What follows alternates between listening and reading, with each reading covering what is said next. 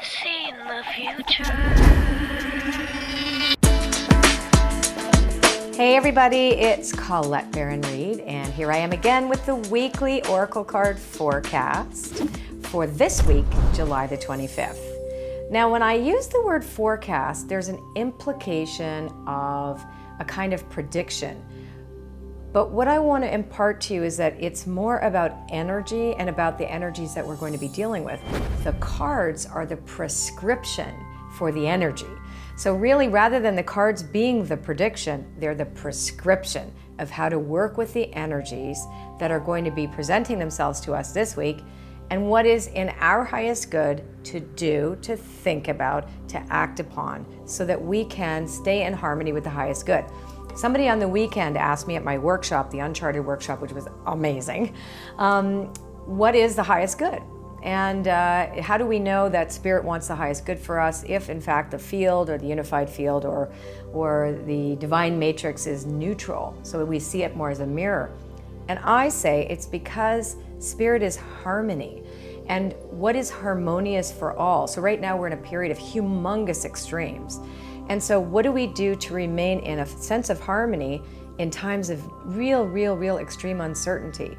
And so this is really what I focus on for you, not really talking so much about the extremes, but more about how do we thrive? How do we remain prosperous? How do we contribute to the whole in a harmonious way that serves all, including ourselves? Okay, so here we go. The first card is blessed. So, excuse me, I have to scratch my nose. The first card is blessed, and what it means is that we begin in blessing. We don't begin having missed our mark. We have an essence within us that is Spirit, so we are made in the image of Spirit.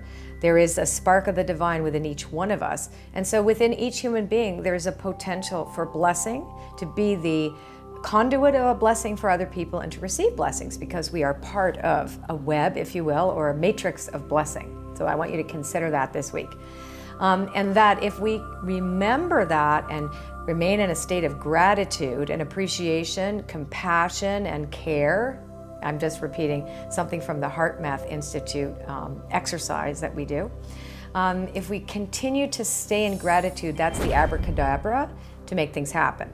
Next card is Treasure Island in the protection position. And one of the things that has come up for me, in my own life and working with clients and in seeing the collective and really trying to understand the whole concept of a new paradigm of the way we are moving into, but we're still in between that, the way things were to the way things need to be. How do we shift the nature of what we see prosperity is supposed to be for us and others? And so when Treasure Island is in the protection position, in this case, in this prescription, if you will, it's asking us to take a look at a different format or frame of reference or perspective on what we think prosperity is. And I would like to invite you to consider something called compassionate prosperity. That when we are really conscious of how our work and our lives impact others, because we no longer can take a separation view anymore of the rest of the universe, it just doesn't work. We are not disconnected from one another. So if we can be really conscious of how our actions and our prosperity can impact others, then we have something called compassionate prosperity that is more about collaboration, communication, community, connection, and mutual aid, if you will. So this is a new way of seeing things, like how does my work impact you in a positive way? So that's something that I think this week we might want to take a look at. Now, fork in the road is, everybody's almost at the fork in the road, is now what? So we have a choice point. Greg Braden talks about that in his book Fractal Time, as well in his book The Divine Matrix. And if you look at how history repeats itself in cycles, you obviously just have to look around the world and you're seeing kind of echoes of the past, the Crusades, the Civil Rights Movement, World War II, all these things, there's these echoes of these experiences that human history has already been through. And so the choice point is when we're at the fork in the road and say, do I go back and retrace my steps and do the same thing over again, expecting a different result? Or do I step into uncharted waters? Do I step into the unknown and discover something new by refusing to be the same as the past. In other words, if our desire was to retaliate, now we put love, compassion, wholeness forward first, kindness first before retaliation, thinking before we send an email, right? Like restraint of tongue and pen. So it's really about a consciousness that includes everyone, right?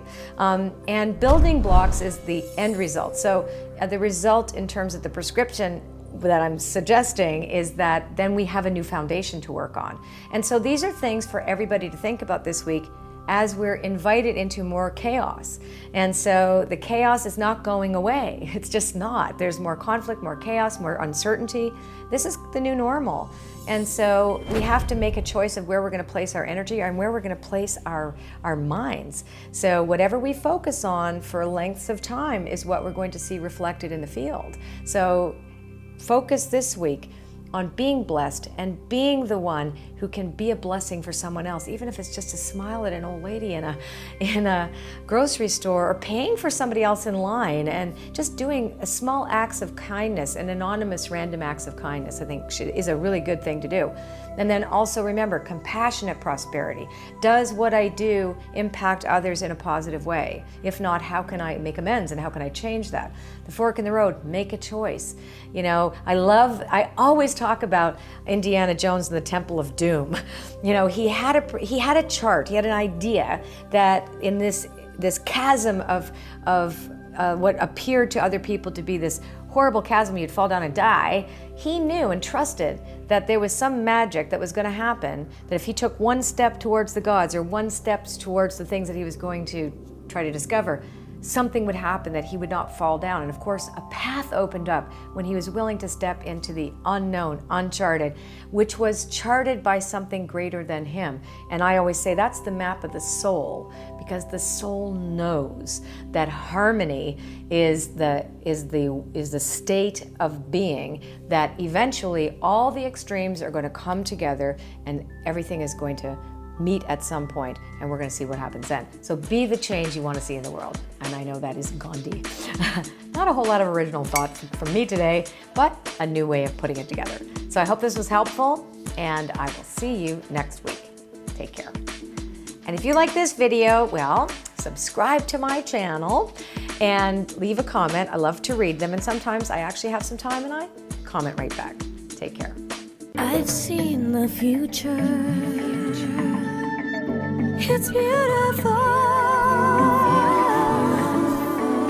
I've seen the future.